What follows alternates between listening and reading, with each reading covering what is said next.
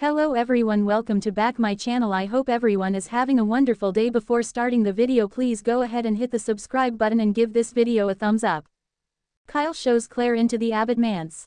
She's gobsmacked as she walks from the foyer into the living room and tells Jack how great it looks.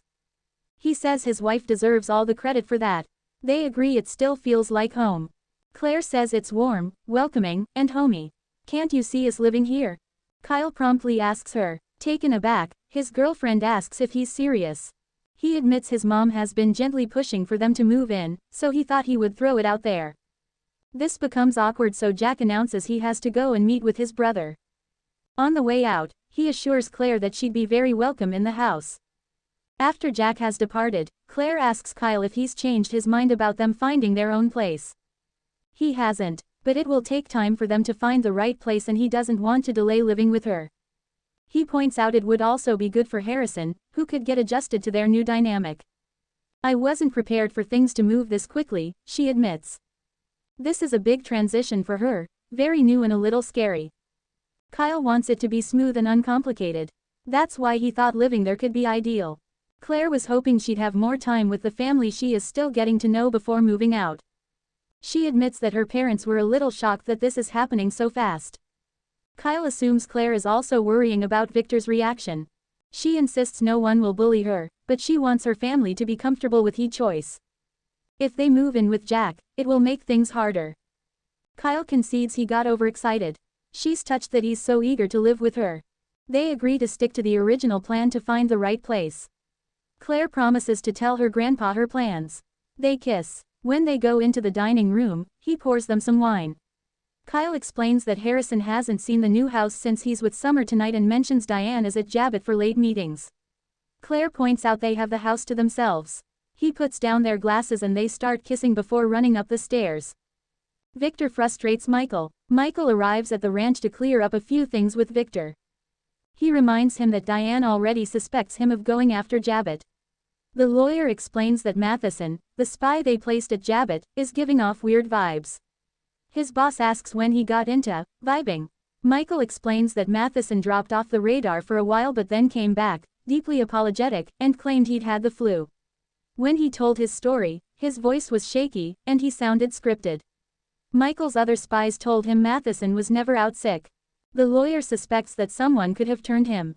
That makes sense to Victor. It would explain why Jack was so giddy when he saw him the other day. He doesn't think Kyle was involved and says he's going to be in so much trouble, he won't know what hit him. When Michael wonders what that means, his boss hints that Kyle is going to have a mess to clean up. Michael complains that he's still keeping him in the dark, which makes it hard for him to do his job. Victor admits that he still doesn't trust him. That sets Michael off. He gets up and reminds Victor that all he did was stop him from keeping Jordan as his personal prisoner. Victor is furious. He would even call that Jordan woman a human being and vents about all the damage she's done since she was freed. Yelling, Michael protests that he's tried to make up for it.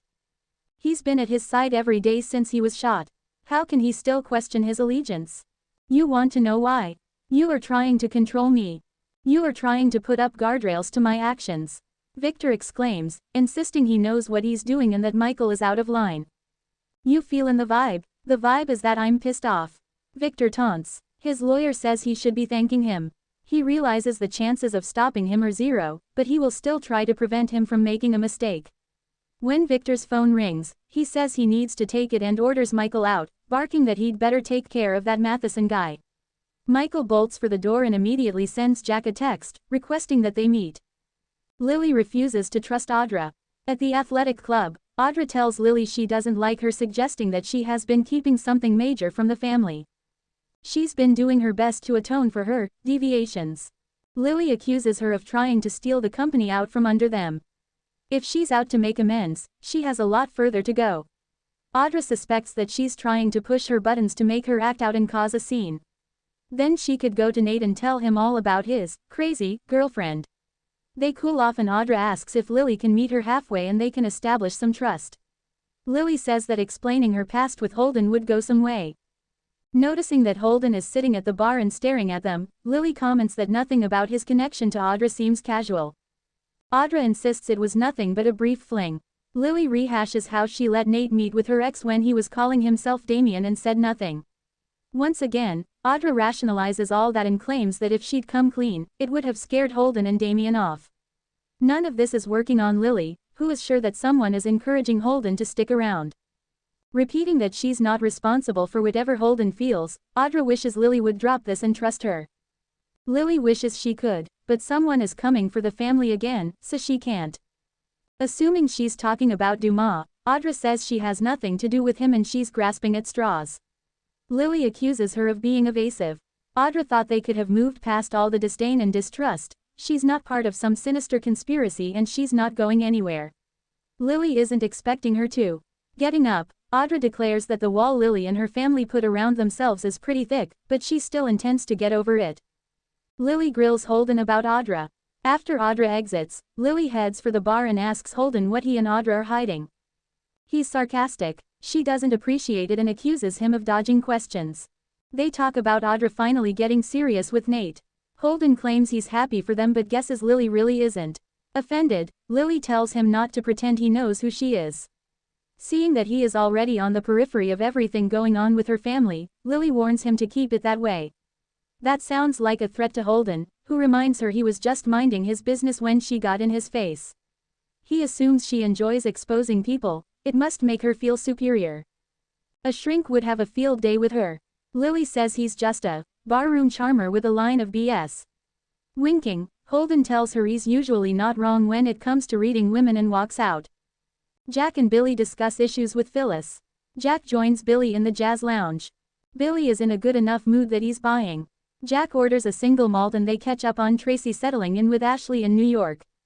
They're sure that Tracy will get better. She's the strongest one of them. They toast to that and Billy jokes about his brother still living at the club.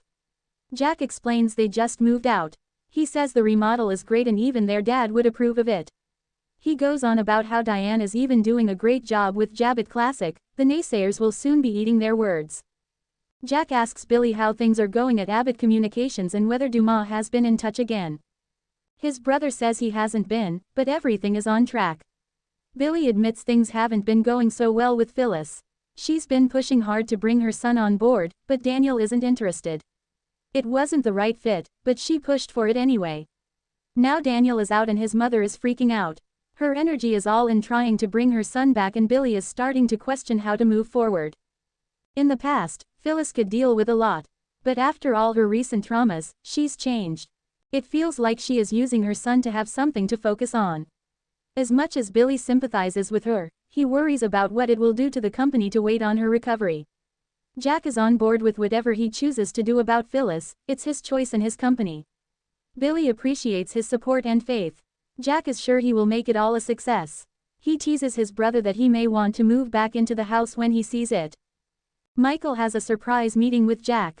After Billy heads for the door, Michael comes in and joins Jack at the bar. The abbot admits he was surprised to get his message. Michael admits it was a little impulsive, but thought it was time for them to have a chat. Jack suggests they get right to the point. What does Victor have planned for me now? He asks. Thanks for watching this video and please subscribe our Update World 24 YouTube channel for more update news.